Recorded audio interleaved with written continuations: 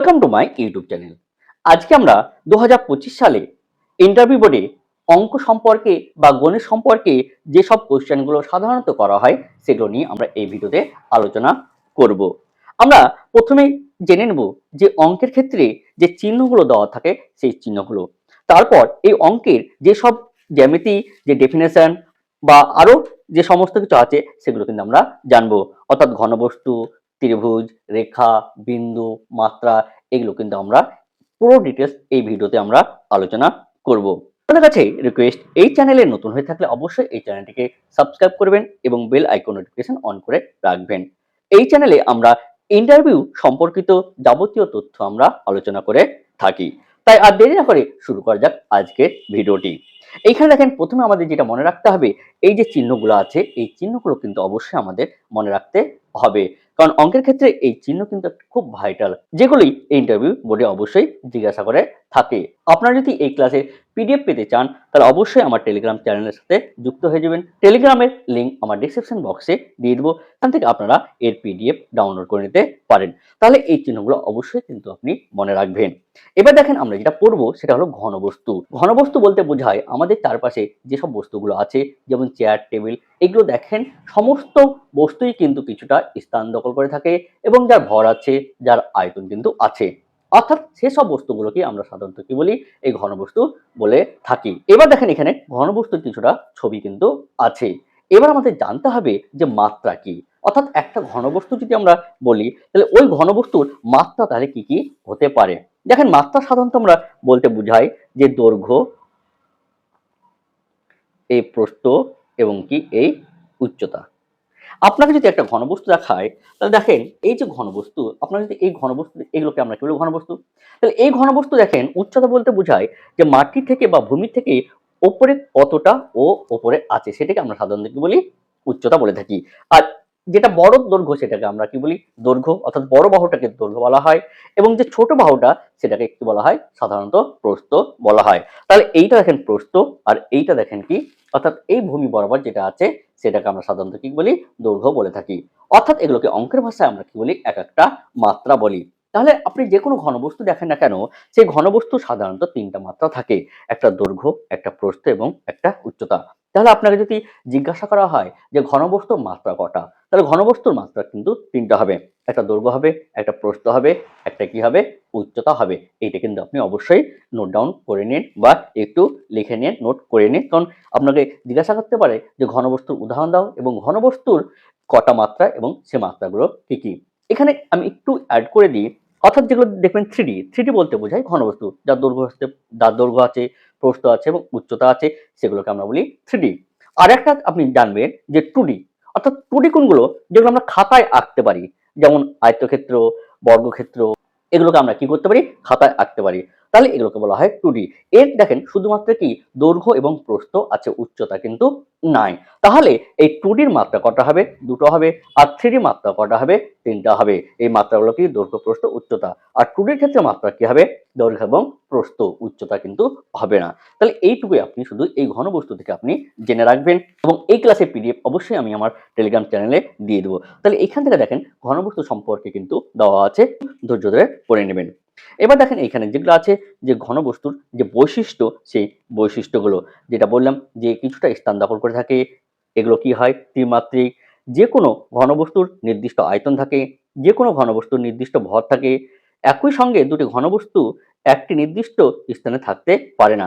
যেমন ধরেন এইখানে এই দুটো বই দেখুন এরা আলাদা আলাদা কিন্তু থাকছে, এরা একসাথে কিন্তু থাকতে পারে না দুটো ঘনবস্তু, সেটা এখানে আপনার এখানে বোঝাতে চাইছে, যেগুলো এখানে সম্পূর্ণভাবে আপনি এখানে পড়তে পারেন। ঘনবস্তুর যে শ্রেণীবিভাগ সেই শ্রেণীবিভাগটা আছে। এই ঘনবস্তুকে আমরা দুটো ভাগে ভাগ করা হয়, একটা সুষম ঘনবস্তু, একটা কি হয় অসম ঘনবস্তু। সুষম ঘনবস্তু কোনগুলোকে বলবো, যার জ্যামিতিক আকৃতি আছে। জ্যামিতিক আকৃতি মানে কি, সেটা আয়তক্ষেত্র না সেটা বর্গক্ষেত্র না সেটা ত্রিভুজ না সেটা গোলক, এই যে একটা নির্দিষ্ট আকার আছে সেগুলোকে আমরা সাধারণত কি বলি এই সুষম ঘনবস্তু বলি। আর যেগুলো নির্দিষ্ট আকার নাই, যেমন কোনো জিনিস যদি ভেঙে যায় বা পড়ে যায় তাহলে দেখেন ওই বস্তুর কিন্তু কোনো নির্দিষ্ট আকার থাকবে না, সেগুলোকে আমরা কি বলবো অসম ঘনবস্তু।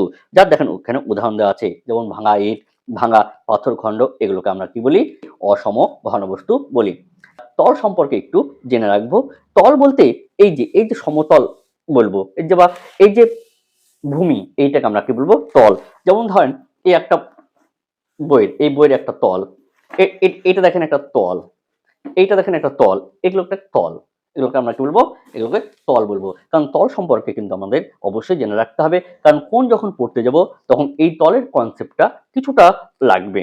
তাহলে দেখেন এই তল আমরা মেঝের তল বলতে পারি, বই তল বলতে পারি, খাতার উপরিভাগ বলতে পারি, টেবিলের উপরিভাগ বলতে পারি, ফুটবলের উপরিভাগ বলতে পারি। এগুলোকে আমরা কি বলি? তল বলি। এই জন্য তলকে আমরা দেখেন ফুটবলের যদি উপরিভাগটা আমরা দেখি, যে ফুটবল বা এই যে গোলক, এই গোলকে দেখেন উপরিভাগটা দেখেন একটা বক্রতল কিন্তু আছে, অর্থাৎ গোল কিন্তু আছে। আর এটা দেখেন এটা কিন্তু আপনার একদম সমতল আছে। তাহলে এর জন্য তলকে আমরা কটা ভাগে ভাগ করি? দুটো ভাগে ভাগ করি। একটা সমতল আর একটা কি অসমতল বা বক্রতল বলে থাকি। তাহলে আপনি দেখলেন যে তল কাকে বলে এবং তলের যে ভাগ, একটা সমতল এবং একটা বক্রতল। এবার দেখেন আমরা যেটা পড়বো সেটা হলো রেখা। রেখা বলতে আমরা বুঝি, দেখেন যে, তাহলে দেখেন এই যে দুটো তল, এই দুটো তল দেখেন একটা পয়েন্টে কিন্তু মিলিত হয়েছে, অর্থাৎ দেখেন এই জায়গাটা, এই জায়গাটা, অর্থাৎ দুটো তল যখন কোনো জায়গায় মিলিত হবে, তাহলে যে রেখাটা পাবো বা যে দাগ পাবো বা যে লাইনটা পাবো সেটাকে আমরা কি বলবো? রেখা। অর্থাৎ দেখেন এইখানে যে ছবি দিয়েছে, অর্থাৎ ছবিটা দেখেন এইরকম, এইরকম কিন্তু ছবি যেটা এখানে দেওয়া আছে, অর্থাৎ দুটো বই বা যে কোনো দুটো সমতল। তাহলে এইটাকে দেখেন আমরা কি বলবো? এই রেখা বলবো, যে এই যে এইটাকে আমরা কি বলবো? রেখা বলবো। দেখেন এখানে কি বলছে, যে দুটি সমতল যেখানে মিলিত হয় সেখানে রেখা সৃষ্টি হয়।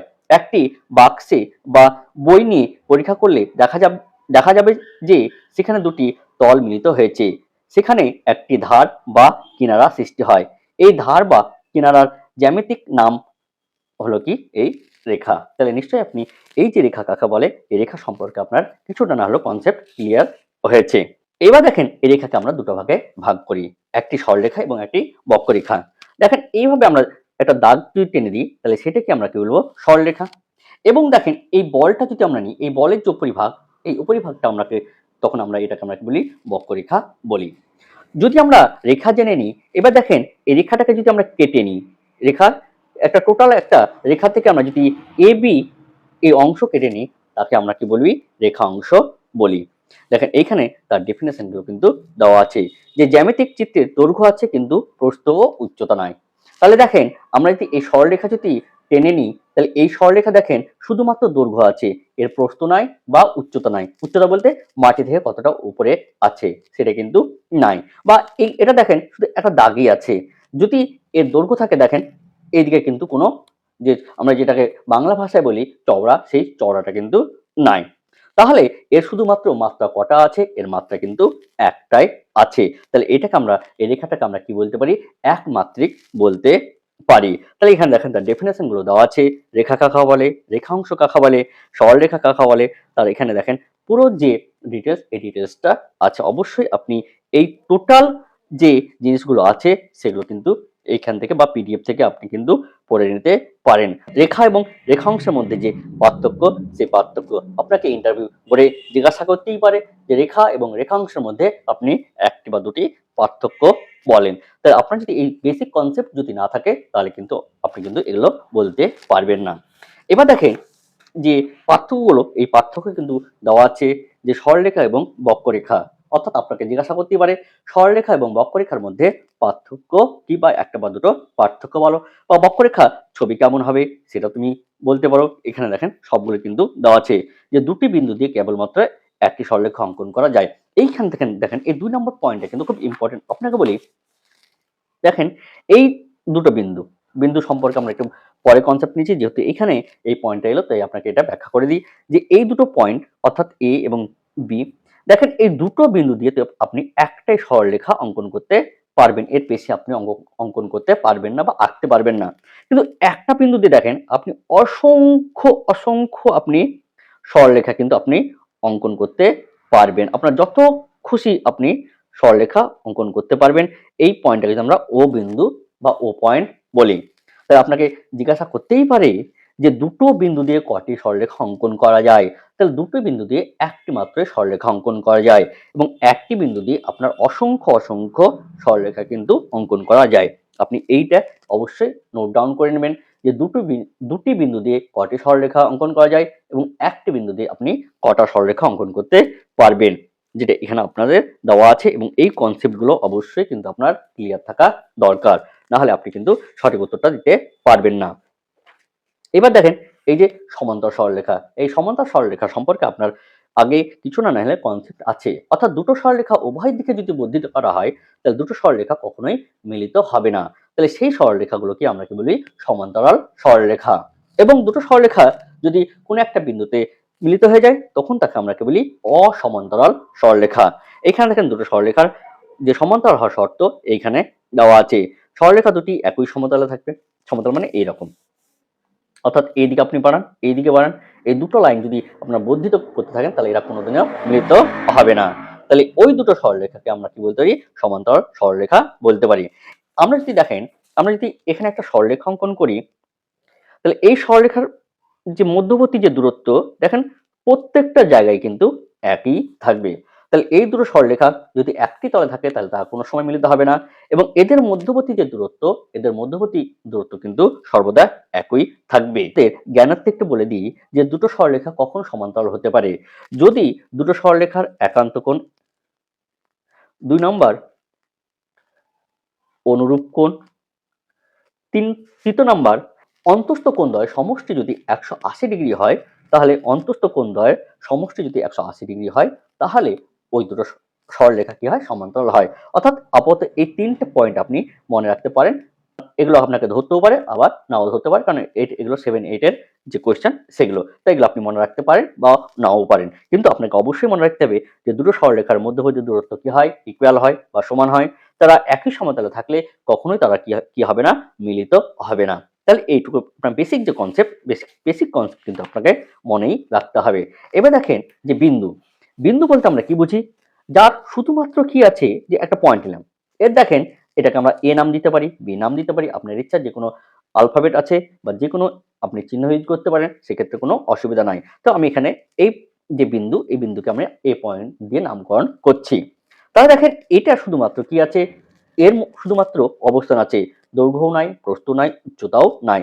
এই পয়েন্টটাকে অর্থাৎ এই বিন্দুটাকে আমরা কি বলতে পারি মাত্রাহীন বলতে পারি। কিন্তু আমরা দেখেছিলাম সরলরেখাটাকে কি বলতে পারি একমাত্রিক, ঘনবস্তু মাত্রা 3টা দেখেছিলাম, কিন্তু এই বিন্দুর ক্ষেত্রে দেখছি কোনো মাত্রা নাই, অর্থাৎ এর দৈর্ঘ্য, প্রস্থ এবং উচ্চতা নাই।